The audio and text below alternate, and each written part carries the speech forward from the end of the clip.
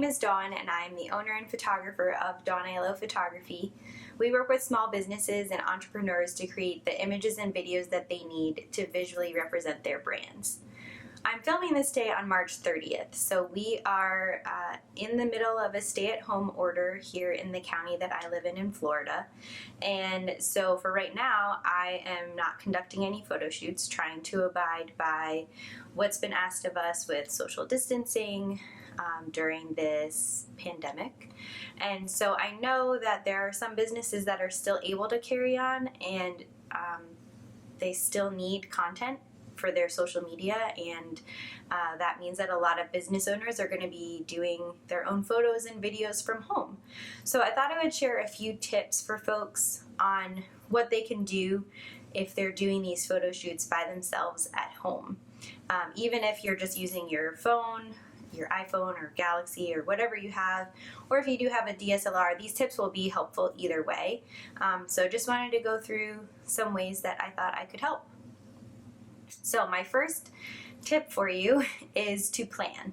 So think about where you need to be using these photos, what platforms you're going to be sharing them on. Do they need to be vertically oriented, horizontally oriented?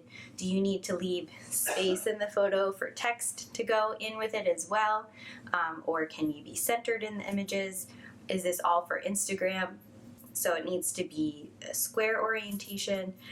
Think about what you're doing with the photos before you take them, because that will help you in taking them. So the next thing I want you to think about is where you're going to be taking those photos. So if you're going to be doing them in your home, I'm going to link my other video about how to prepare your home or home office for a brand photo shoot. I feel like right now pretty much we're all at home. So those tips might be helpful, but just wherever you're doing them, make sure you reduce the clutter. So make sure you're hiding power cords, you're moving things out of the background that are irrelevant.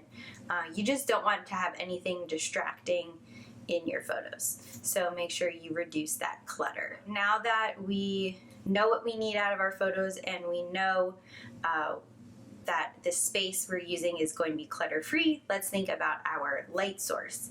I would highly encourage you to be using window light, the light that's coming through a window, just because it is going to be a better color temperature than an overhead incandescent light. So the problem with using all of your overhead lights is that they tend to be very yellow in color, and they tend to be directly overhead, which means the light's going to come down and you're going to have these funky shadows on your face. So I would try to avoid overhead light in your house and really try to use the available light that's coming in through your windows. What you don't want to do is use a space where the sun is coming directly in the windows and you're going to have really harsh light. So try to go for a time of day where maybe the light is more overhead, the sunlight is more overhead, and so you're just kind of getting the nice light flooding in through the window. Another option that you can use is what I'm using right now, which is a ring light, which you could probably see the reflection of the ring light in my glasses. But using a ring light is another option, or any LED panel light. So I will leave a few links down below for ones that you can get on Amazon. I know Amazon delivery is a little slower right now, but you might be able to still get some in a few days' time if you have Amazon Prime. So think about where your light source is. What you do not want to do is have a bright open window and then turn your back to that window and try to take those pictures with the sunlight or any light source behind you. That's going to be a really challenging lighting condition, so I would really recommend not doing that. What you want to do is allow the available light to fill in the front of your face, or be at some sort of slight angle. You just don't want to be shooting straight into light.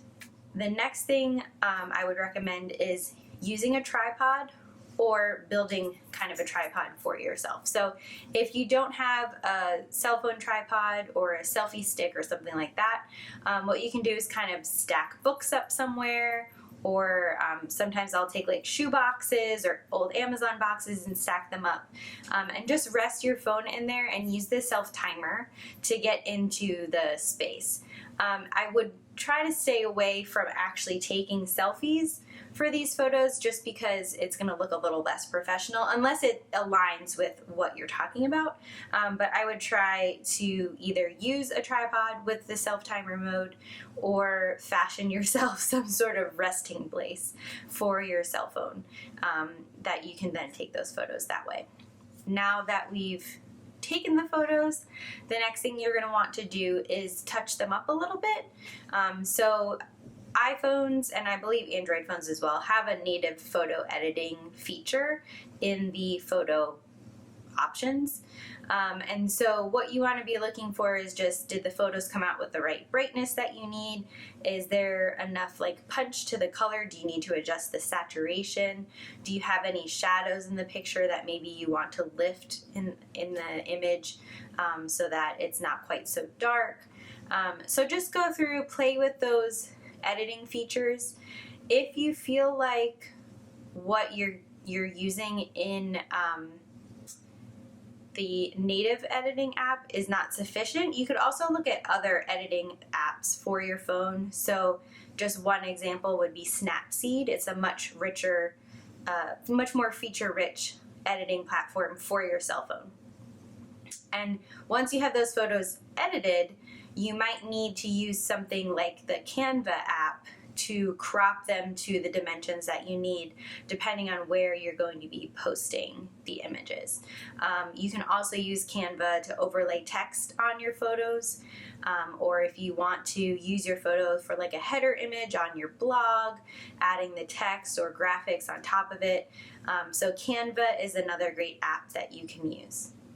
So I hope these tips are helpful for you in doing your own brand photos at home during this wild time that we're in.